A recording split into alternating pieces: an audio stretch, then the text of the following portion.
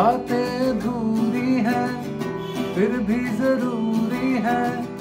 खैर अब ये बादल बरस जाने दे, तेरे हवालों में झिलमिल ख्यालों में अब थोड़ा मुझको ही उमरस होने दे। तू रह जा दिल के पास पास, आंखें बंद कर ले सांस सांस। छोटी सी है जिंदगी, किस बात पे है एतराज। নমস্কার, সং স্টোরি শর্টের পরবর্তী এপিসোডে সবাইকে স্বাগত। আজকে যে গানটা নিয়ে এসেছি সেটা আমার একটা ইন্ডিপেন্ডেন্ট হিন্দি গান। গানটার নাম ऐसी रातों।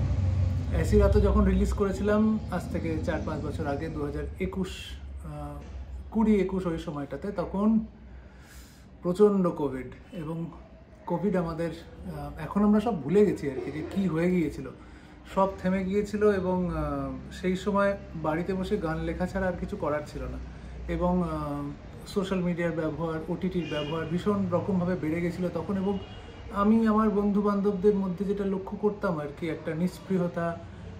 যারা আইটিতে চাকরি করেছে তাদের অবশ্য আলাদা, তাদের প্রচুর পরিশ্রম করতে হয়েছে। ওই সময় ওয়ার্ক ফ্রম হোম শুরু হয় এবং তাদের পরিশ্রম বেড়ে যায়, তাদের আয়ও ভালো হয় সেই সময়। কিন্তু বাকি যারা আছে তাদের জীবনযাত্রা একদম অন্যরকম হয়েছিল এবং অনেকটা হয়তো একটা মানসিক অবসাদ হিট করেছিল। অনেক লোকের চাকরি, রোজগারের ব্যবস্থা প্রায় খারাপের দিকে চলে গিয়েছিল। তো সেই সময় অনেক গান তৈরি করেছি আমি। এবং আমি এখন যখন ফিরে তাকাই আর কি, সেই সবকটা গানের মধ্যে একটা অদ্ভুত বিষাদ রয়েছে। সামহাও এই গানটা ऐसी रातों যখন বানাই, এই গানটার মধ্যে একটা আনন্দ আছে, কারণ I was trying to cheer people up through my music.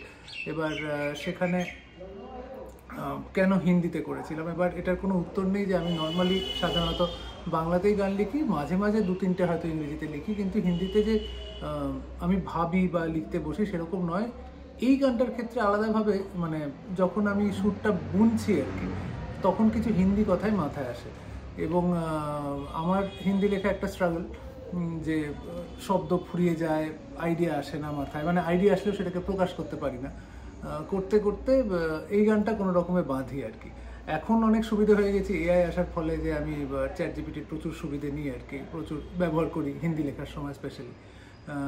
কিন্তু তখন তো সেই সময়টা ছিল না, তাই অনেক পরিশ্রম করে একটি প্রেমের গান লিখি।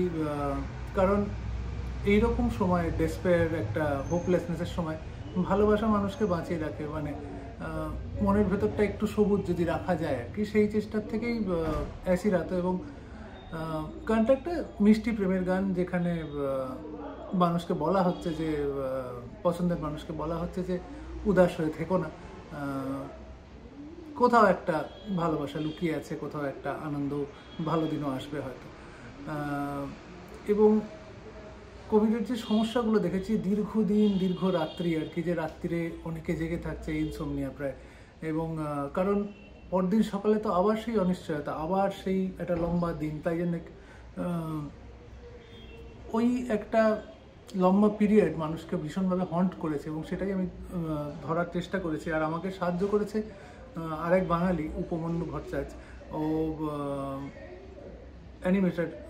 অ্যানিমেশন কাজ করে, আমার ওর কাজ ভীষণই ভালো লাগে। ও তার আগেও আমার সঙ্গে কাজ করেছিল, এইবার একটু ইলাবোরেট কাজ করি। এবং ও নিজে থেকেই এতটা ওর ভালো লেগেছিল হয়তো গানটা। এবং সেখান থেকে ও যেভাবে স্টোরিটা বিল্ড করে, একটা ঘরের মধ্যে একটা কাপলের গল্প আমরা মানুষের কাছে পৌঁছে দেওয়ার চেষ্টা করি।